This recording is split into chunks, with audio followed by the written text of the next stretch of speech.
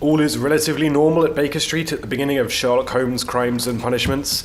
Watson is quietly reading away, and Sherlock Holmes is, of course, blindfolded, shooting a revolver at vases.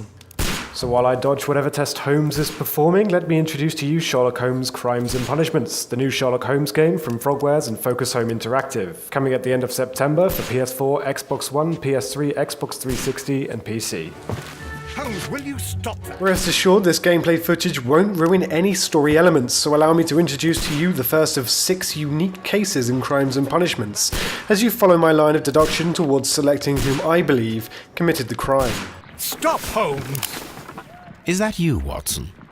Yes, of course it is. And you almost killed me. Nonsense. I was aiming for the vases. Blindfolded? Watson, quiet please. I'm trying to concentrate. Fans of the original Sherlock stories will remember his ability to recognize a person by their gait. Ah, Lestrade. What is it this time? He can see me. Well, here it is, and it's a good one, Mr. Holmes. A gentleman by the name of Peter Carey. Holmes begrudgingly endures a back and forth with Lestrade, hearing the details of the case. So let's now take a look at the richly detailed Baker Street apartment before heading to Holmes' seldom used bedroom to pick up the appropriate dress for the case. No costumes for the moment, at least not yet. Holmes' wardrobe holds all the secrets to his disguises, but we're looking for a casual suit in this case. Once we've picked the suit, it's off to the crime scene. Dressing up plays an integral role in Holmes' success, enabling you to interact with characters who will respond to your attire, either by prompting them or having them approach you.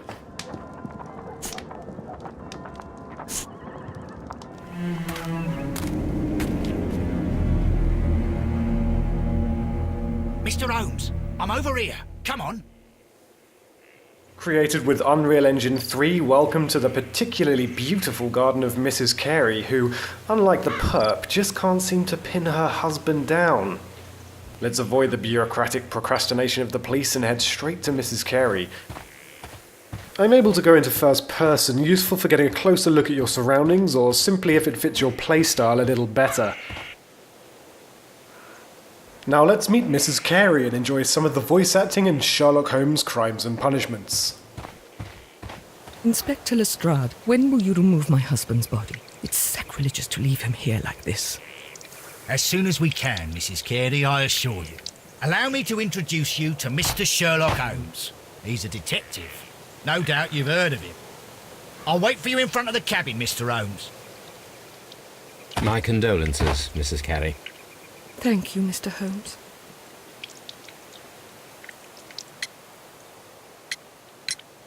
Madam, can you tell me if you saw or heard anything unusual upon the night of the murder? At 2 o'clock in the morning, I heard a terrible scream.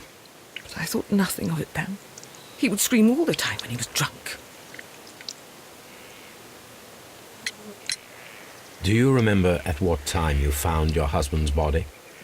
In the morning, at around 7 o'clock, I noticed the cabin door was open, but I didn't go in to take a look, for I knew my husband would not have liked it. But what do we know about Mrs. Carey? We're able to join certain dots together by closely examining each individual we meet.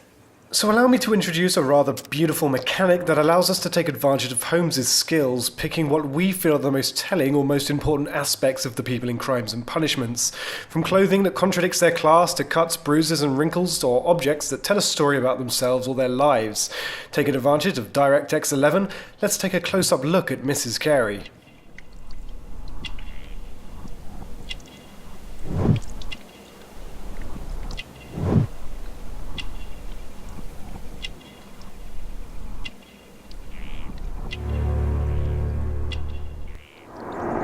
He was different, wasn't he, when you first met him upon your return from Plymouth?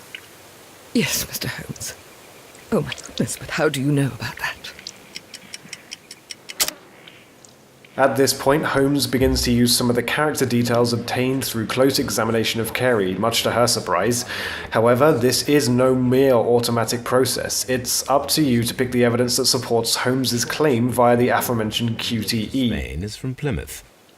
I believe that you met Peter Carey as a young sailor there, and you married him soon afterwards.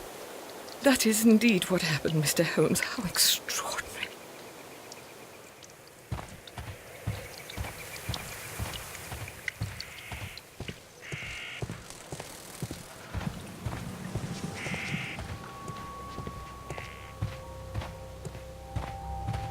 Peter Carey's body is inside the cabin. A little later on, we head just outside the scene of the crime where we meet Lestrade, ready to enter the cabin. The door is locked.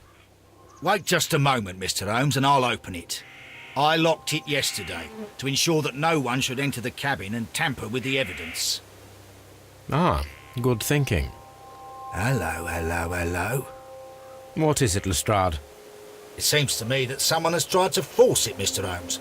Lestrade has discovered that somebody has tried to force the lock. We'll need to take a closer look. Pressing on the gamepad will illuminate the tiniest of details difficult to pick up on with the naked eye. Here, not only scratches, but fresh scratches indicating that someone has tried to break in recently, perhaps to return to the scene of the crime, but perhaps not. You can switch in and out of this mode to your heart's content. I swear these scratches were not here yesterday. Our mysterious visitor came here last night. Well, he's not the man for the job. This lock is not a difficult one. Perhaps he did not have the right tool. With new evidence gained, let's head inside.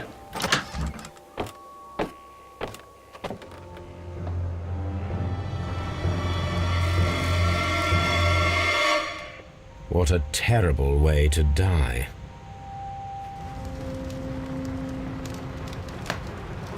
Peter Carey was impaled. Players will enjoy a richly detailed and dynamic look at the crime scenes in Crimes and Punishments, with razor-sharp textures on the consoles and PC. So let's take a look at the unfortunately hanging Peter Carey, and in great detail the objects around him. Yet he still looks quite strong.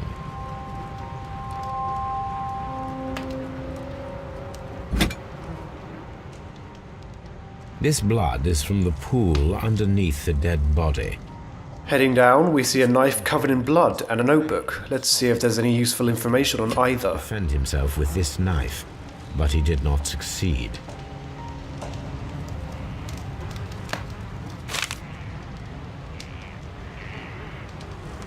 Examining objects with 360-degree manipulation and razor-sharp textures allows us to seek evidence all over something we find in the world. The pattern of the blood stain indicates that the notebook was not lying on the floor prior to the crime, but it was dropped into the pool of blood after the death of Peter Carey. JHN are probably the initials of the owner of this notebook. Inside, a list of initials and numbers, but we've seen nothing so far that makes sense of this. But what? Once we're happy with our inspection of the body and everything immediately surrounding him, we need to take a good look at the cabin. Let's go into first person and get a brief overview of the types of things we'd like to look at and if there's anything immediately suspicious.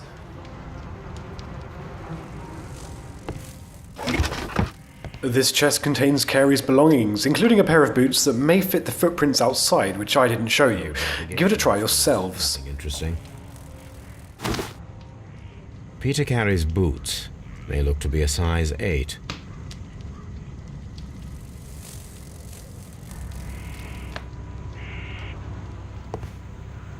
The ship's logs of the Sea Unicorn for the years 1878 to 1884.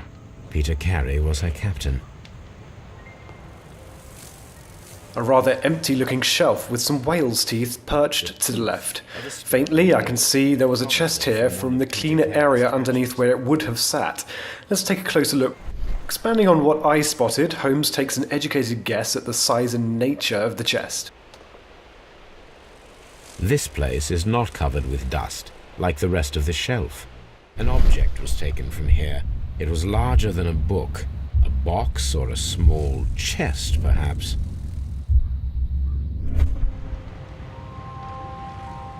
Someone drank from this glass recently.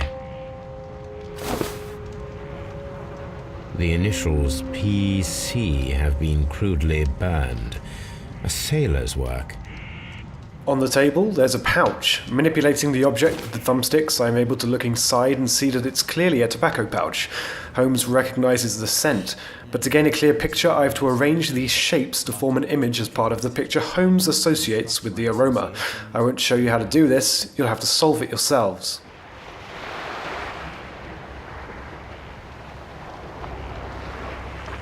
Of course, I haven't shown you all the evidence in the cabin, only a selection required to follow my train of thought throughout the case.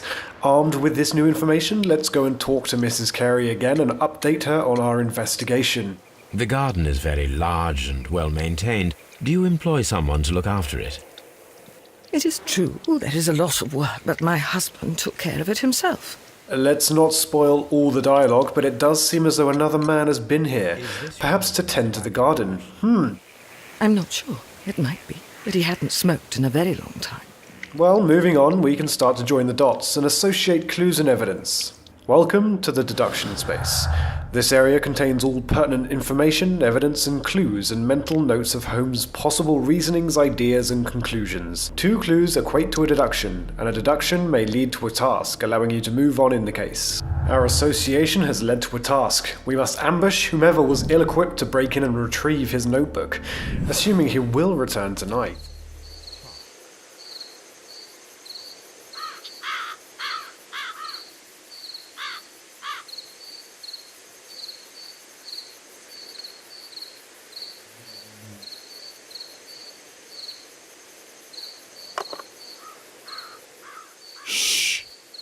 Did you hear that?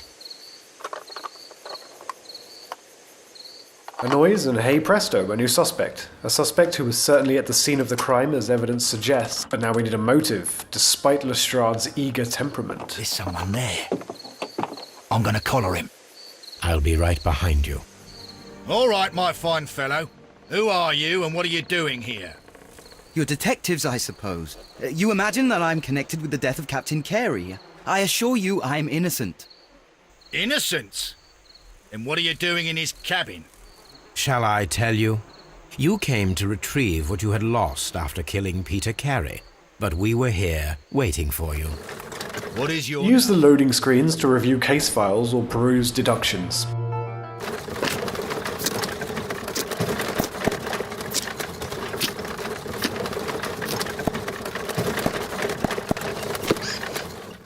We've reached Scotland Yard, the central hub for criminal evidence, interrogation, and, Holmes would argue, incompetence.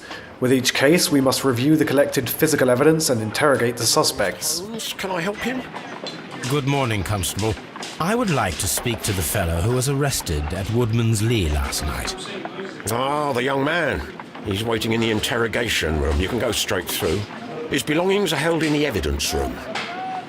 Thank you.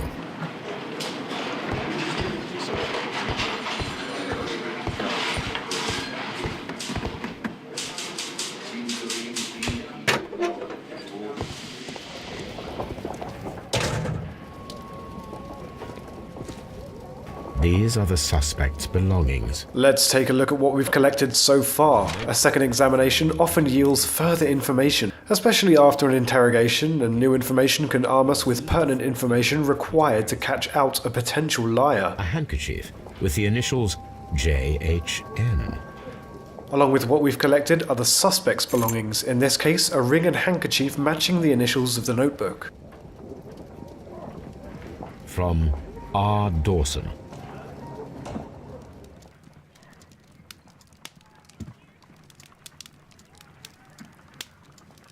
The name Dawson rings a bell to Holmes, so in lieu of the internet we'll have to reference Holmes' old newspapers in his private database at Baker Street. It would of course make sense to collect all available information before interrogating the suspect, but thanks to the strength of iron bars he isn't going anywhere, so feel free to visit each location in the game as thoroughly as you like. Here it is. With that done, it's time to interrogate our friend. Let's see if his side of the story matches with what we've concluded thus far. I have heard the story of Dawson and Nelligan, the West Country bankers. Yes, Joshua Nelligan was my father. I am aware that it had a bad ending. When the bank failed, it ruined half the families of Cornwall, whereupon Joshua Nelligan disappeared. To the right is listed all of the features you've to spot in order to complete a character portrait. If stuck, you can exit, hoping that what you've spotted so far will be enough, but the more information you collect, the more you have to confirm or contradict the suspect's story. Certainly, Nelligan's expensive jacket, sloppily patched together, and the cuts on his hands, including the gold ring, indicate that Nelligan is a worker who somehow seems to be in possession of a few items he could clearly not afford.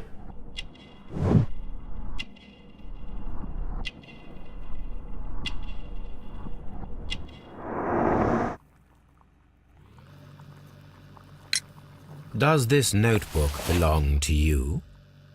Yes. But where did you find it? I did not know... I thought I'd lost it at the hotel. Developer Frogwares have painstakingly animated telling, emotive expressions on all of the characters in Crimes and Punishments, ensuring that, if lying, a suspect may leave a few telling signs, or if they're an especially good actor, may lead you down the wrong path. The sea knife was found near Carey's body. Tell me, Mr. Nelligan, did Mr. Carey try to defend himself or to attack you with it? I don't know. I didn't kill anyone. The police seized this valuable ring from you. Whose is it? I didn't steal it from anyone. It has always belonged to me.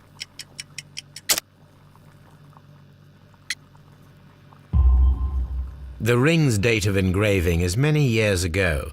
You would have been a child then, hardly in any position to receive such an item from a partner. Stubbornly, Nelligan is still claiming the ring as his own, but many items Nelligan owns cannot be his own since he is too young and can't afford them, and the jacket is evidence of this.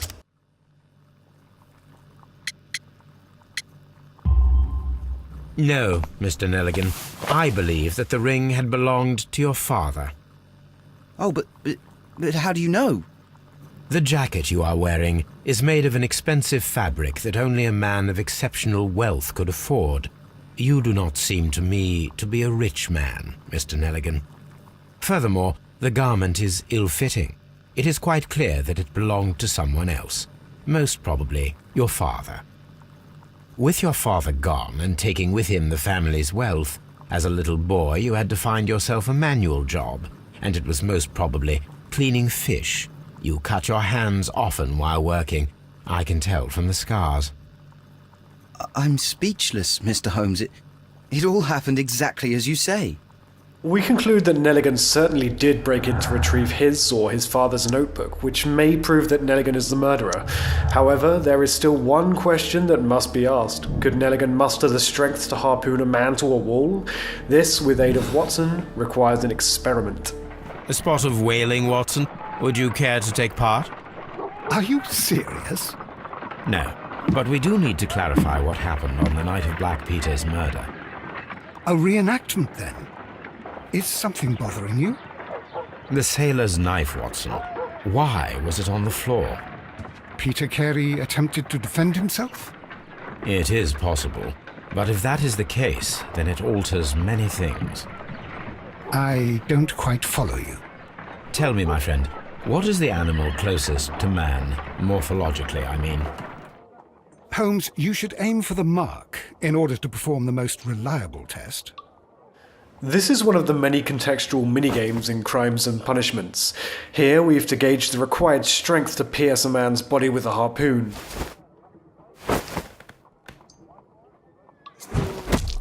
Holmes, you should try to aim better and throw as hard as you can. This is the best possible result that I could get. Do you see, Watson? Throwing a harpoon and pinning a man to a wall requires either exceptional strength and training or diabolical luck. Skipping ahead, upon completion we can either rule out or confirm that Nelligan was in fact capable of committing this crime. All right. Perhaps it was a lucky throw, but through Carey's association to Nelligan, isn't it possible that Nelligan picked up the required skills to get such a lucky shot? Let's head back to the crime scene and rediscover some evidence we've been able to interact with thanks to new information uncovered through interrogations.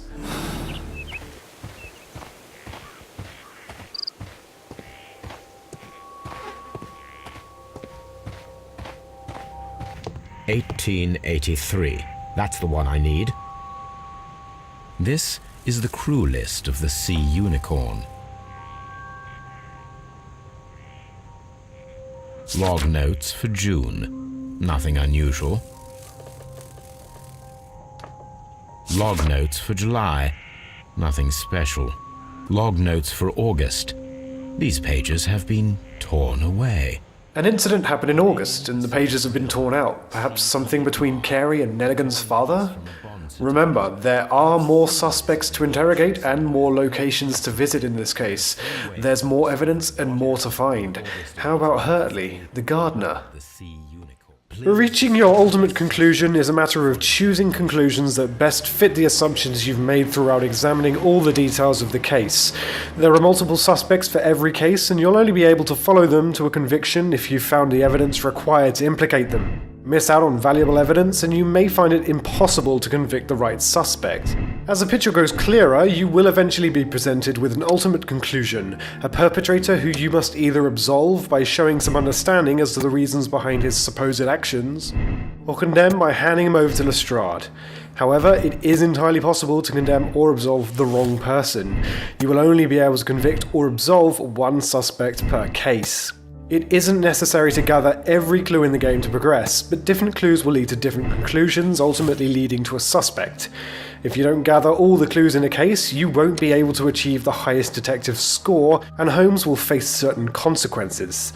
Once you've decided who to convict, you'll be required to make a moral choice based on what you've learned about the case and character.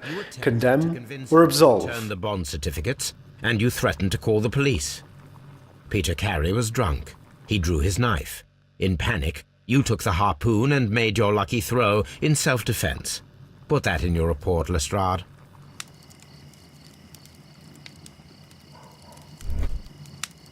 With more cases come more skills, such as the imagination skill, which allows us to piece together a chain of events by chronologically arranging a sequence by selecting the most plausible order of events.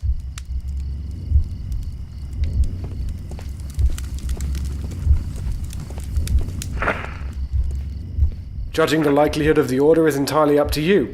Finally, we watch the sequence in full and Holmes gives his conclusion, the rewards of which can be reaped in the deduction space and used in interrogations.